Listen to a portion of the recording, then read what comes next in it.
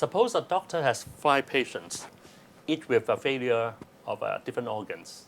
Okay, so one has a liver failure, another one has kidney failure, heart failure, and so on.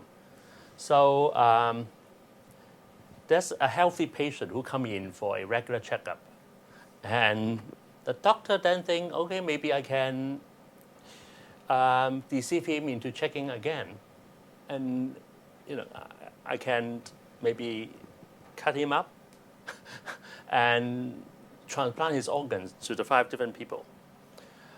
This is so-called the transplant case.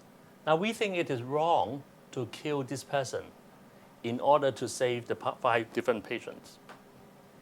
Okay, that's another case, and let's call it whom to save case. Okay, so we can save 5 people in one place, or another person in another place, but we cannot save everyone. So who should we save?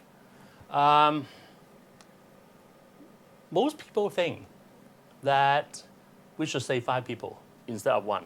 Okay. The question, though, is how do we compromise the conclusion in the 2 different cases? Why is it not right to kill 1 person to save 5, whereas it is okay to save 5 people instead of 1 person in the second case? The rationale behind the doctrine of double effect is that there's a moral difference between directly intending harm and causing harm that is merely foreseen. In addition, the doctrine of double effect also requires that the harm or the bad effect must not be the means by which to achieve the good effect. For example, I cannot take a stranger's kidney by force in order to save my friend, even though I do not intend the stranger's death. This is because the means by which I save my friend is intended. In addition, the doctrine of double effect also requires that the good effect achieved should be able to neutralize or even outweigh the bad effect. Okay. So it follows from the doctrine of double effect that we must not kill 1 person to save 5 people, because doing so would cause harm that's directly intended. On the other hand, if we save 5 strangers in one place instead of 1 other stranger in another place, we do not cause any intentional harm. Okay, the harm that is going to fall onto that 1 person is merely foreseen, and that is okay. Now imagine that you're driving a trolley down the road, and as you're driving the trolley, you see in front of the trolley on the track, 5 innocent people, at least 5 innocent-looking people, are lying on the track. The trolley is going to run over them. Perhaps they have been tied up there by terrorists. You don't know. So you try to stop the trolley, but, well, to your surprise, the brakes have failed. So what should you do? I mean, the only thing you can do is to turn right into a side track, so that so as to avoid running over these 5 people. But on the side track on the right, there's another person lying there.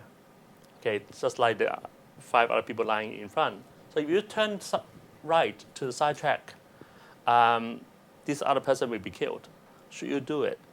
Now, most people think that you should, or at least it is permissible to do it. Okay, maybe 1 or 2 people think that you should do nothing. Maybe a few people would think that you must turn right.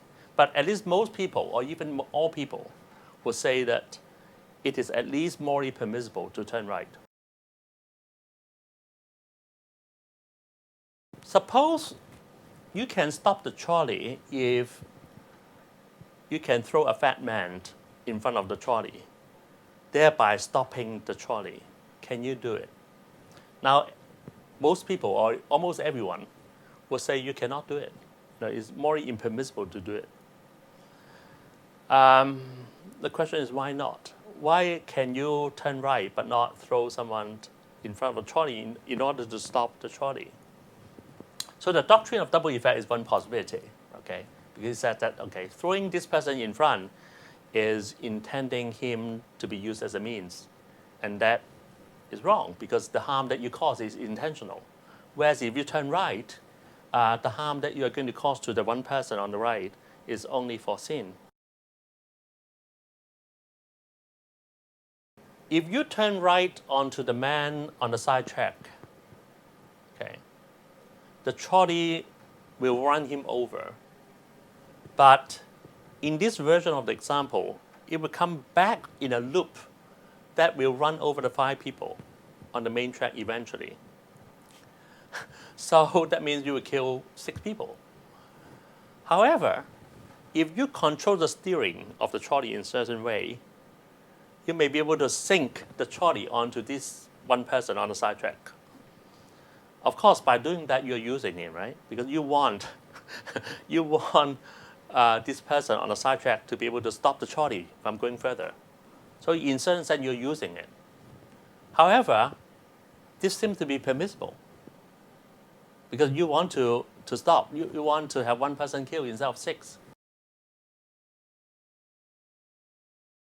At a crisscross, the driver must turn left or right. He cannot do nothing. So is at a fork. So he must either turn left or right. If he turn left, he will kill 5 people. If he turn right, he will kill 1. So everyone will agree that he should turn left. The trolley problem is different because he doesn't have to do anything. If he does nothing, then you kill 5 people. If you turn right, you kill 1. But my thought is, the 2 problems are not so different from each other. I mean, geometrically, there's a slight difference. But my thought is, if we should turn right in the crisscross problem, we should also do the same in the trolley problem.